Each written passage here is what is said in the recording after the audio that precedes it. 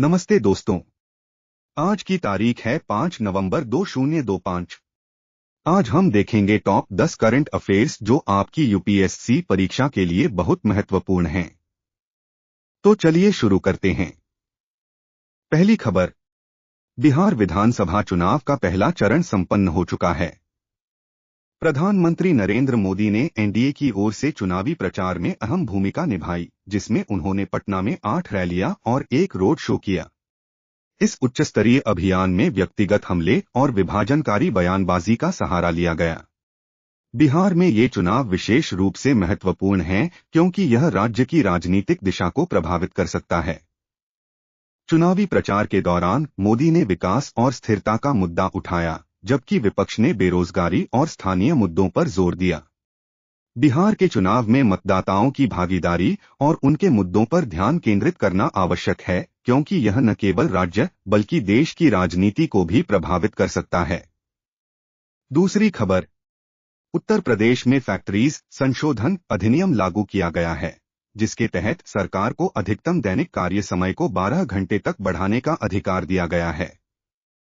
हालांकि यह ध्यान रखना आवश्यक है कि कुल साप्ताहिक कार्य समय 48 घंटों से अधिक नहीं होना चाहिए। इस नए प्रावधान को लेकर व्यापारियों और श्रमिक संगठनों में चिंताएं बढ़ गई हैं। सरकार का दावा है कि यह कदम औद्योगिक उत्पादन को बढ़ावा देने और श्रमिकों की कमाई में सुधार के लिए उठाया गया है। लेकिन श्रमिकों की सुरक्षा और उनके अधिकारों की रक्षा को सुनिश्चित करना भी आवश्यक है। यह निर्णय श्रमिकों की स्थिति और राज्य की औद्योगिक नीति पर महत्वपूर्ण प्रभाव डाल सकता है। तीसरी खबर, तमिलनाडु में पिछले 50 वर्षों में कृत्रिम बारिश बनाने के कई प्रयास किए गए हैं।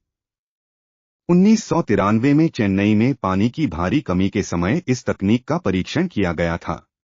वैज्ञानिक समुदाय में इस बात पर सहमति बन गई थी कि कृत्रिम बारिश से सामान्य बारिश से अधिक केवल 20% अतिरिक्त पानी ही मिलता है। इस विषय पर कई शोध और प्रयोग हुए हैं, लेकिन यह तकनीक अभी भी पूरी तरह से विश्वसनीय नहीं मानी जाती है। बारिश की कमी और जल संकट के मुद्दों के मद्देनजर कृत्रिम बारिश की संभावनाएं और चुनौतीपूर्ण हैं। यह विषय न केवल जल प्रबंधन के लिए महत्वपूर्ण है, बल्कि जलवायु परिवर्तन के प्रभावों को भी उजागर करता है। चौथी खबर, chief of defence staff (CDS) general Anil Chauhan ने ऑपरेशन सिंदूर के बाद मिले पाठों पर चर्चा की। उन्होंने कहा कि थिएटराइजेशन पर और अधिक ध्यान देने की आवश्यकता है। सीडीएस की भूमिका में कई नए पहलू जोड़े जा रहे हैं, लेकिन उन्होंने स्पष्ट किया कि इस शीर्ष पद का कोई ऑपरेशनल जनादेश नहीं है। यह जानकारी महत्वपूर्ण है क्योंकि सेना की रणनीति और संचालन में सुधार की आवश्यकता है। जनरल चौहान का कहना है कि भविष्य में बेहतर समन्वय और योजना के लिए इस प्रक्रिया को अपनाया जाना चाहिए। इससे भारतीय सेना की क्षमता और प्रभावशीलता में सुधार होगा।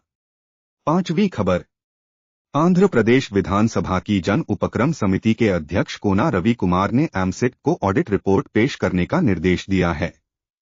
उन्होंने कहा कि सार्वजनिक उपक्रमों को पारदर्शिता और जवाबदेही के साथ काम करना चाहिए।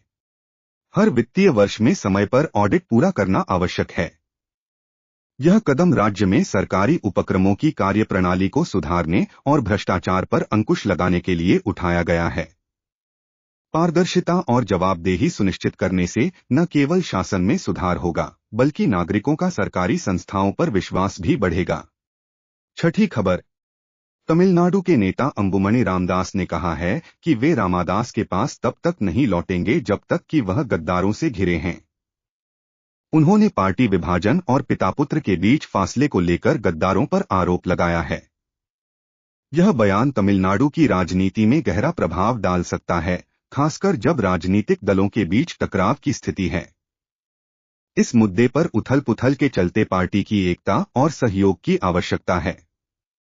यह स्थिति न केवल राजनीतिक रणनीतियों को प्रभावित करेगी, बल्कि चुनावी परिणामों पर भी असर डाल सकती है। सातवीं खबर, हाल ही में चेन्नई बेंगलुरु राष्ट्रीय राजमार्ग पर एक लोरी के पलट जाने से एक ड्राइवर की मौत हो गई। यह घटना उस समय हुई जब वाहन सड़क से हटकर एक गड्ढे में गिर गया।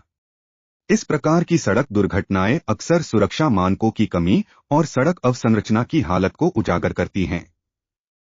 सड़क परिवहन मंत्रालय को इस मामले में और ध्यान देने की आवश्यकता है ताकि भविष्य में ऐसी घटनाएं टली जा सकें। दुर्घटनाओं को कम करने के लिए सख्त सुरक्षा उपायों की जरूरत है। 8वीं खबर। हाल ही में कोयंबटूर में एक कॉलेज छात्रा के साथ कथित सामूहिक बलात्कार की घटना ने गंभीर दंड की आवश्यकता को फिर से रेखांकित किया है। 2013 में तमिलनाडु की तत्कालीन मुख्यमंत्री जयललिता ने बलात्कारियों के लिए रासायनिक बंध्याकरण का प्रस्ताव रखा था। यह नया मामला समाज में बलात्कार और यौन अपराधों के प्रति संवेदनशीलता को बढ़ाता है। इस गंभीर मुद्दे पर सख्त कानून और दंडात्मक उपायों की आवश्यकता है ताकि महिला सुरक्षा को सुनिश्चित किया जा सके।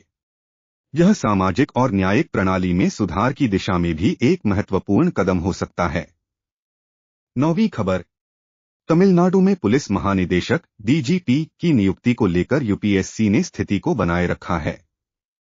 आधिकारिक स्रोतों के अनुसार यूपीएससी ने तमिलनाडु सरकार को डीजीपी पद के लिए उम्मीदवारों की चयन समिति पर अपनी पूर्व की स्थिति पर दोबारा जोर दिया है। यह निर्णय प्रशासनिक प्रक्रिया में पारदर्शिता और चयन के मानकों को बनाए रखने की दिशा में महत्वपूर्ण है। इससे राज्य की पुलिस व्यवस्था में सुधार और सुरक्षा के स्तर को बढ़ाने में मदद मिलेगी। प्रशासनिक स्थिरता और कानून व्यवस्था सुनिश्चित करने के लिए यह एक आवश्यक कदम है। 10वीं खबर। तमिलनाडु में तिरुवन्नामलाई के एक प्राचीन मंदिर के जीर्णोद्धार के दौरान विजयनगर काल के पंचमार्क सोने के सिक्के मिले हैं। एचआरसीई के अधिकारियों ने बताया कि जब श्रमिक पवित्र स्थल में खुदाई कर रहे थे तब उन्होंने एक छोटे बर्तन को खोज निकाला।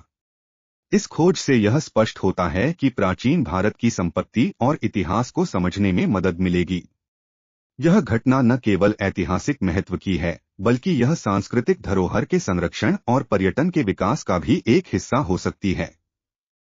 तो दोस्तों, यह थे आज के टॉप 10 करंट अफेयर्स। डिस्क्रिप्शन में पीडीएफ नोट्स का लिंक मिलेगा। वीडियो पसंद आए तो लाइक और सब्सक्राइब करें। बेल आइकन दबाना मत भूलिए। कल फिर मिलेंगे। धन्यवाद।